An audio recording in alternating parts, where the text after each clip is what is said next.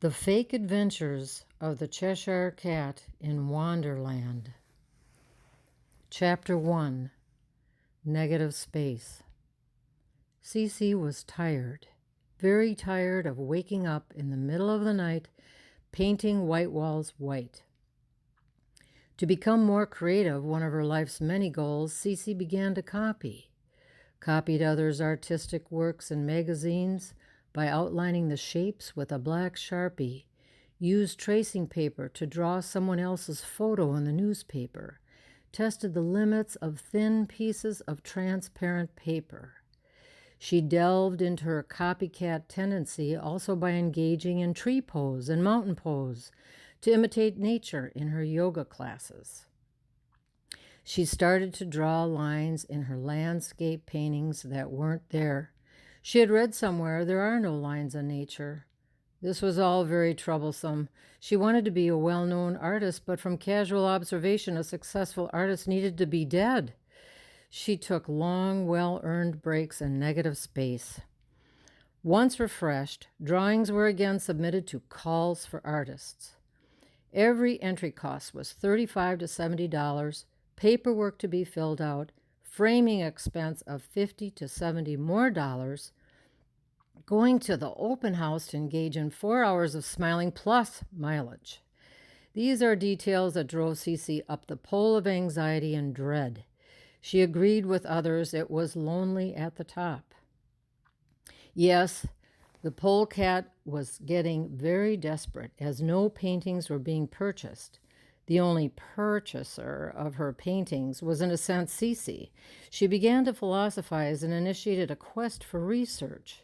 She needed new ideas for her drawings. She researched lines in the universe, but due to auto-editing, Google referred her to laws of the universe and its mysteries. The net was catching her.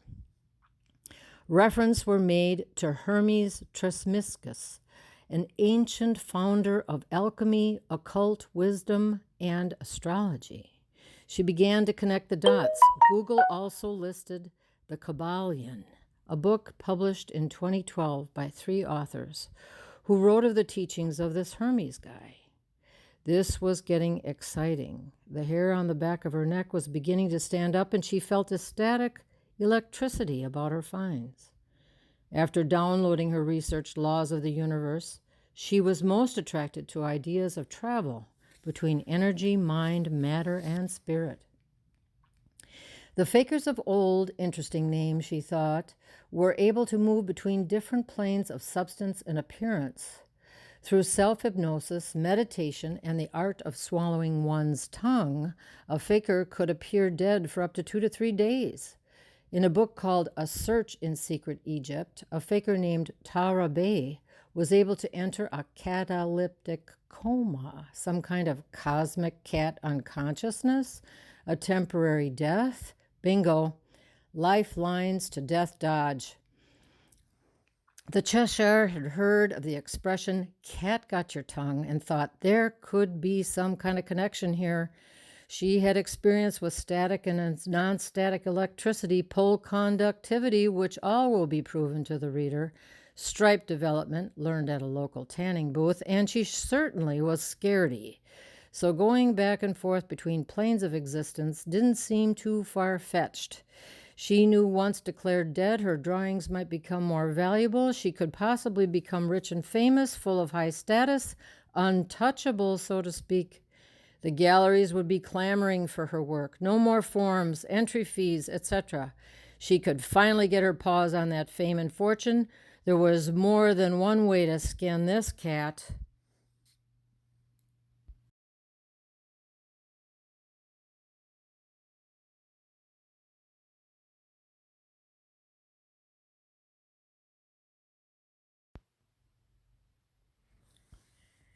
Chapter 2.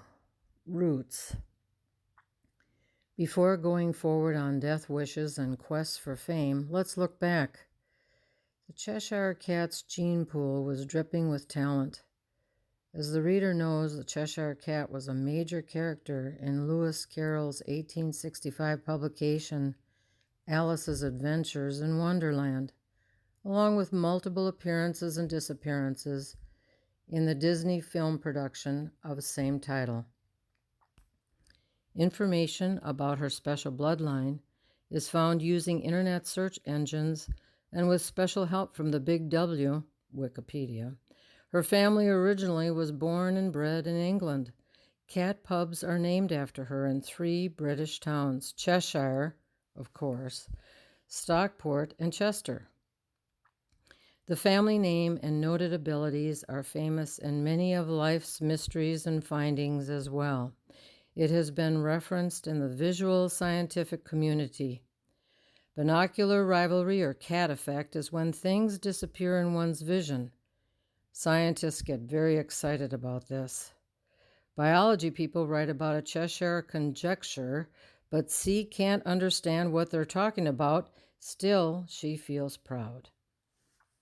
The cat name quantum Cheshire cat or Schrodinger's cat is a wave equation phenomenon in physics when atoms are alive and dead at the same time. CeeCee's favorite family accomplishment. Additionally, the sea cat's wide notable grin is referred to in the astronomically observed happy merger of a galaxy group astrologists call Ursa Major. It's no wonder that the family's traditional quote, "I'm not all there myself," was her life's motto, strengthened by the descriptive historical uses of the family's magical disappearance ability. So the Cheshire cat's nickname was CeeCee, to save time, as time is money. She was born attracted to electricity, don't touch that, but was allergic to cats herself. Knowing one's roots is grounding.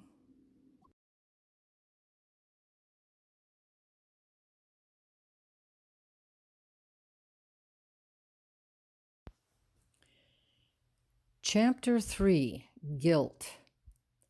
Back to the drawing board, B-O-R-E-D. A moment of guilt hit the chess out of the blue while finishing an entire bag of cheese toes and watching Pride and Prejudice for the 23rd time. Her guilt spread like a fog on little cat feet. She knew she wasn't in Chicago, confused and hunched over. She wondered how her staged death might affect those she would leave behind, temporarily, that is. She knew she tended to think people, cats, liked her more than they actually did. Such an error in thinking was a great way to live most of the time, for her anyway. As a result of such cognitive distortion, she would enter a room of strangers, act like a model on a catwalk, interrupt others' conversations, speak out of turn, and generally smile too much. These negative, obnoxious tendencies darkly colored others' impressions of her. They would treat her extra nice while trying to get rid of her. As a result, Chess continued to erroneously believe she was well liked. Due to this over self-evaluation plus guilt, a grief booklet was quickly designed. When her plan of exit was executed by others, she could be comforted and they could be comforted. Love Never Dies was a coloring book. It had fill-in-the-blank exercises so that those grieving could become an author of their own grief story. There were cartoon characters that represented the bereaved. The process of celebration of a life lost and reconnection of those found around them was mapped out for the left-behind loved one. Her guilt was somewhat reduced after the completion of her booklet project. Off track from CeeCee's original purpose of you-know-what, she liked the trial product so well that she submitted it to the state-run Grief Consortium for consideration in their training curriculum. Counselors could use this valuable tool as a therapy aid. The result? It's not finished. Well, of course it's not finished. It's not done. It's fill in the blank. Your characters are too flat. Well, of course. I haven't taken a gesture class yet. It's too rough. Well, of course it's rough. Death is rough. The director of the consortium sent her a denial of interest and references on how to write, how to self-publish, and a message of good luck. Again, CeeCee knew she'd be more appreciated after she faked her death. No more self-sales for her. That's it. What's wrong with these people? That allergy problem was coming back. She wasn't growing out of it any time soon. Allergic to self, like electricity, could be dangerous.